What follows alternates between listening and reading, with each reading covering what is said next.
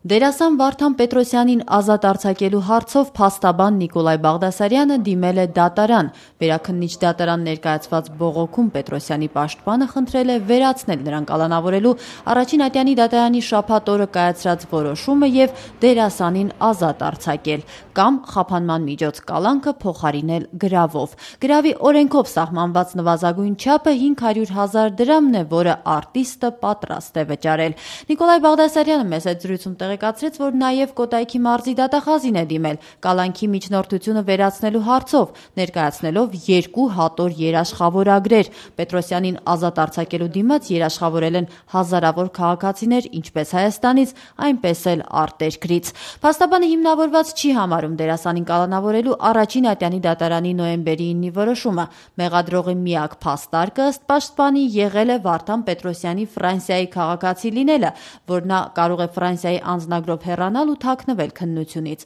Այդ հիմքը բացառելու համար իրենք անձնագիրը հենց դատարանի դահլիճում հանձնել են քննիչին, բայց դատարանն այնուհանդերձ կալանավորման որոշում կայացրել է, վկայակոչելով կատարվածի բարոյական ասպեկտը։ Այսպես, դատարանի որոշման մեջ նշված է. կատարված հանցագործությունը առաջացրած հետևանքների իմաստով շատ ծանր է, այն կյանքից զրկել է 2 երիտասարդ տղաների իրենց ծաղկուն տարիքում։ Այս հանգամանքը դատարանը դնում է միջնորդությունը բավարարելու հիմքում նաև մարդկային բարոյականության տեսանկյունից ելնելով։ Մինչդեռ, ըստ փաստաբանի, նման հիմք իրական դատավարության ցիկլը չի նախատեսում։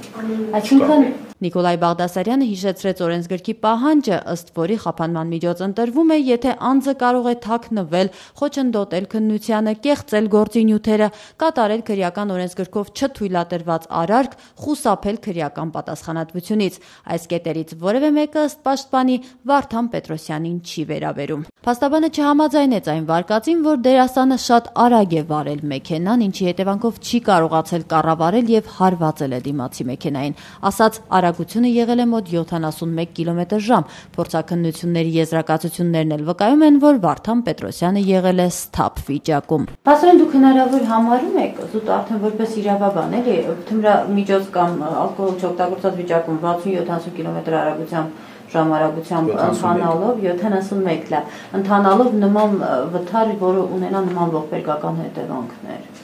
Եվ կարելի է ավտոմեքենան վարել 40 կմ/ժ արագությամբ սթափ վիճակում եւ ելի ծանր հետևանքներ բախվի կամ վրայատի ենթարկյան անձին եւ ելի ծանր հետևանքներ առաջանա։ Այստեղ կարեւորը օբյեկտիվ ճշմարտությունն է, ինչպես է տեղի ունեցել ավտովթարը։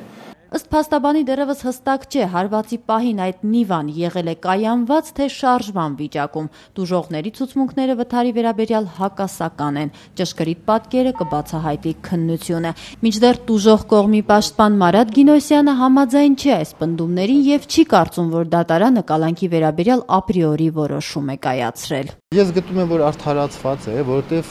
մենք ունենք այդ չարաբաստիկ, այդ ողբերգական դեպքը, որի հետևանքով 2 ընտանիք կորցրեցին իրենց միակ զավակներին, ունենք նաև անձը, որի գործողությունների հետևանքով կատարված է այդ ողբերգությունը, եւ ունենք նաև հիմնավոր կասկածներ։ Դրանք տուժողների ցուցմունքներն են, փորձաքննության եզրակացությունն է, որով հիմնավորվել է Վարդան Պետրոսյանի մեղքը։ Ես ավելին ասեմ, ես երբ որ տեսնում եմ այդ մեքենաների բախման հետևանքով առաջացած մեքենաների վնասը,